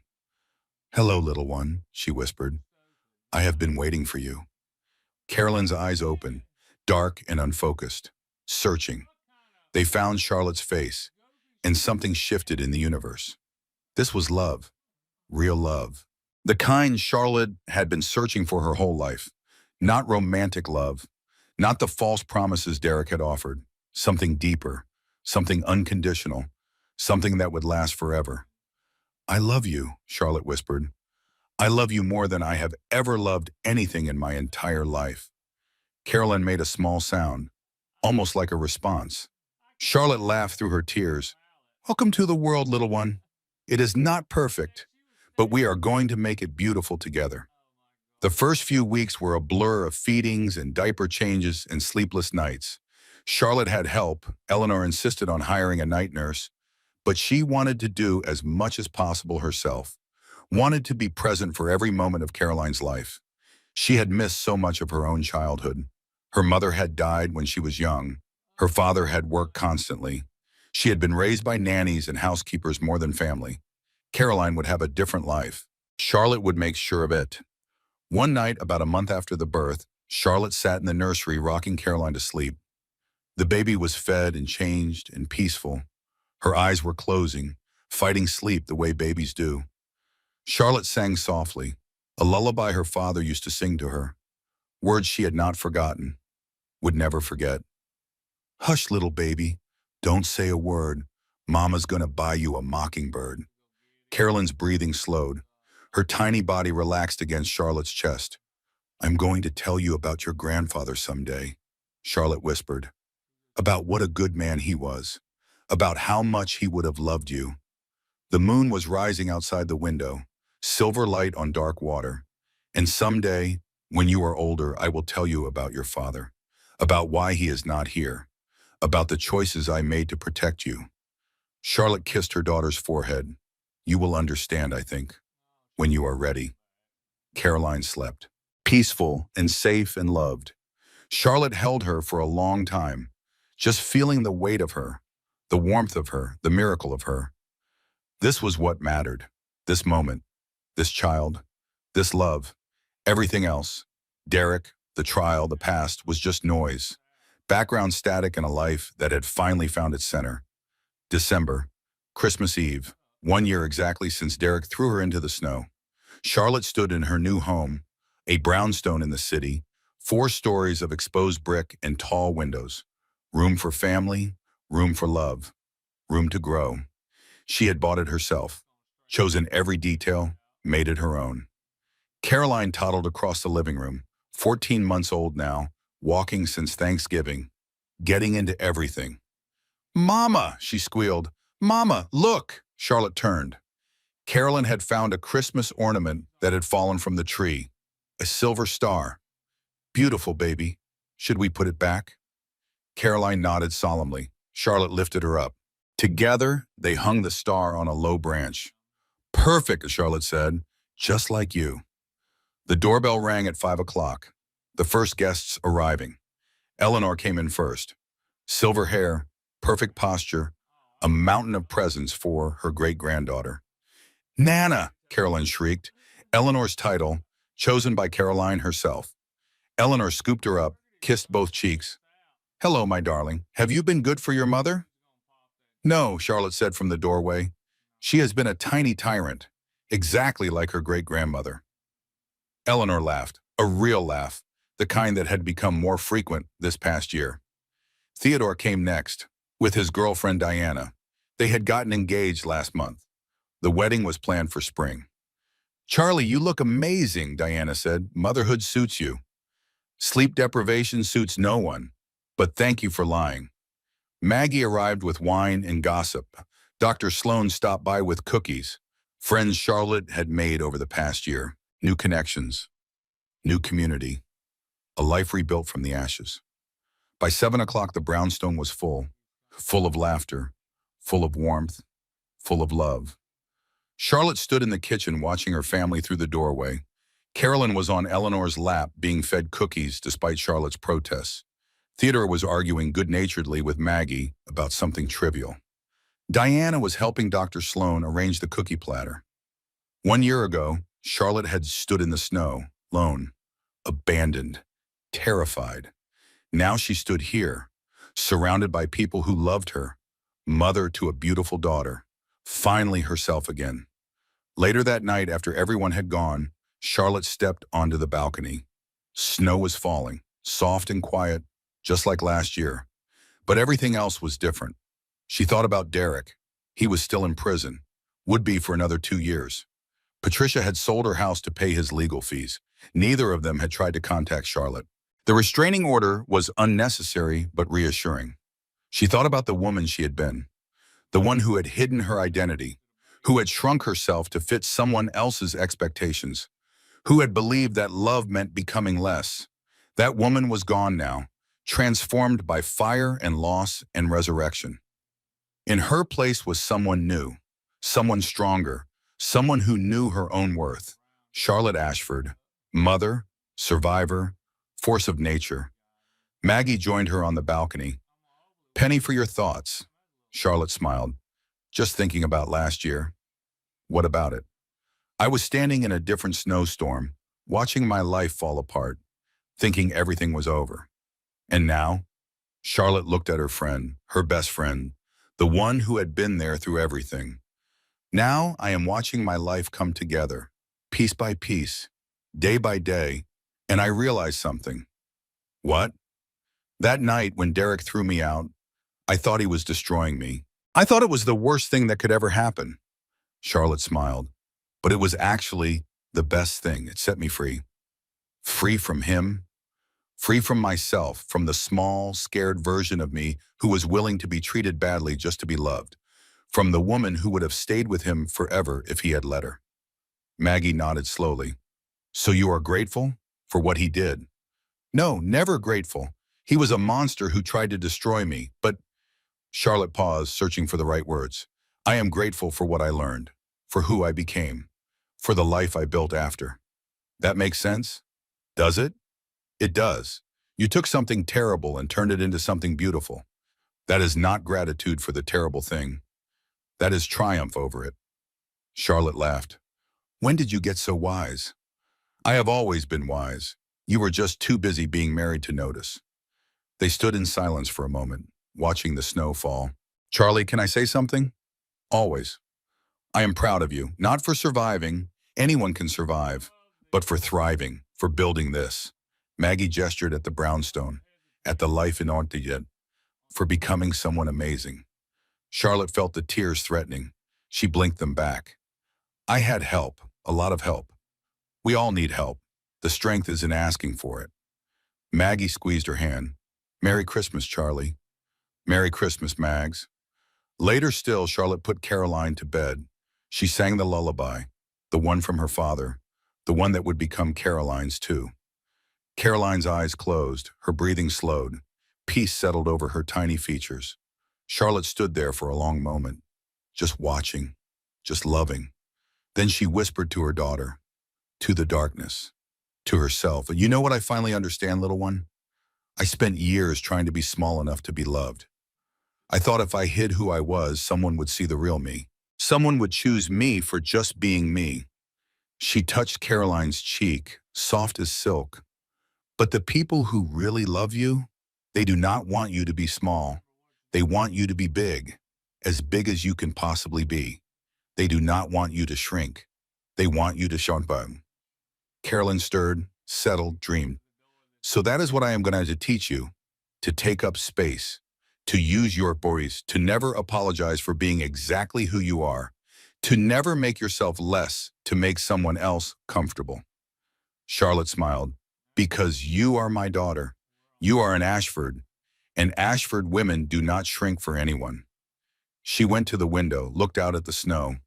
1 year ago, she had been thrown away, discarded, left to freeze. 1 year later, she was here, whole, loved, free. The snow kept falling, soft and quiet, covering the city in white. Charlotte thought about the future, not with fear this time, with hope. There would be challenges ahead. There always were. Raising a child alone, building a career, maybe someday finding love again, real love, the kind that did not require her to disappear. But she would face those challenges as Charlotte Ashford, strong, certain, complete. She did not need Derek, did not need any man to make her whole. She was already whole. She had always been whole. It just took losing everything to realize it. The clock struck midnight, Christmas Day. Charlotte smiled. "Merry Christmas, little one," she whispered toward the nursery. "Merry Christmas." Then she went to bed. Tomorrow would bring new adventures, new joys, new challenges. Charlotte Ashford was ready for all of them.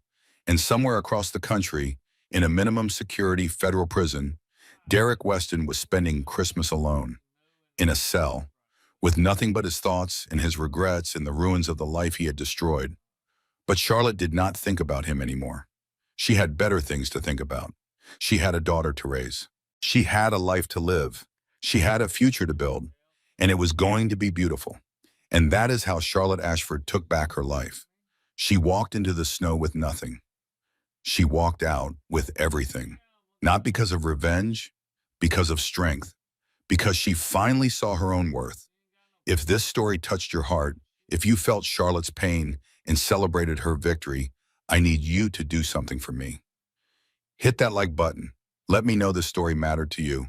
Drop a comment below. Tell me your favorite moment. Was it when the helicopter landed? When Derek's face went white? Or when Charlotte finally held her daughter? Share this story with someone who needs to hear it. Someone who is going through their own storm.